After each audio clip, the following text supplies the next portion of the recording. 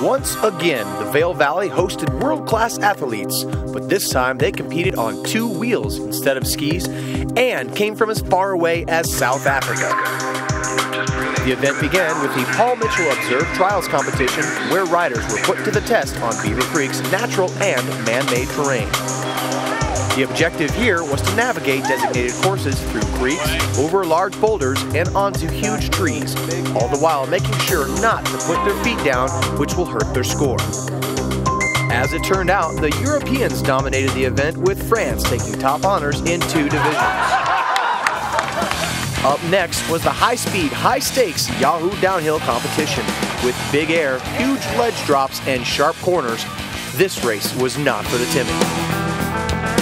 Oh, this is very challenging. It's a great finish, actually, for this race because of how anaerobic that we are.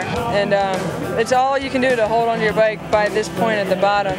And it has a lot of drops, maybe 7 to 10 drops, and it's really exciting for spectators. A course inspection provided the racers an opportunity to plot their line and think up strategies to get them through.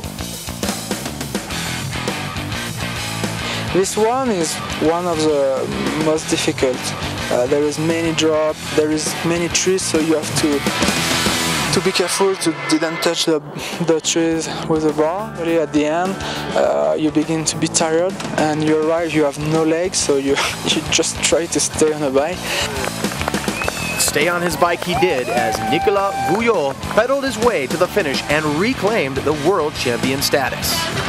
Later that day, the action moved over to Golden Peak with neck-and-neck excitement of the Trek VW dual slalom. Side by side down a motocross-style track, these racers ripped around the berms and flew over tabletop jumps, with at times not even a spoke's distance between them.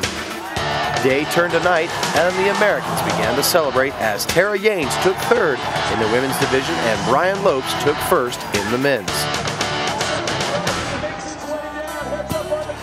Wrapping things up was the cross-country event, taking riders all over Vail Mountain, with loops circling Lions Head, Vail Village, and Golden Peak.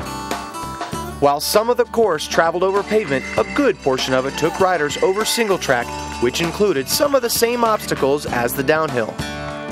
Once again, the Americans took top honors, this time with Allison Dunlap winning the elite women's division.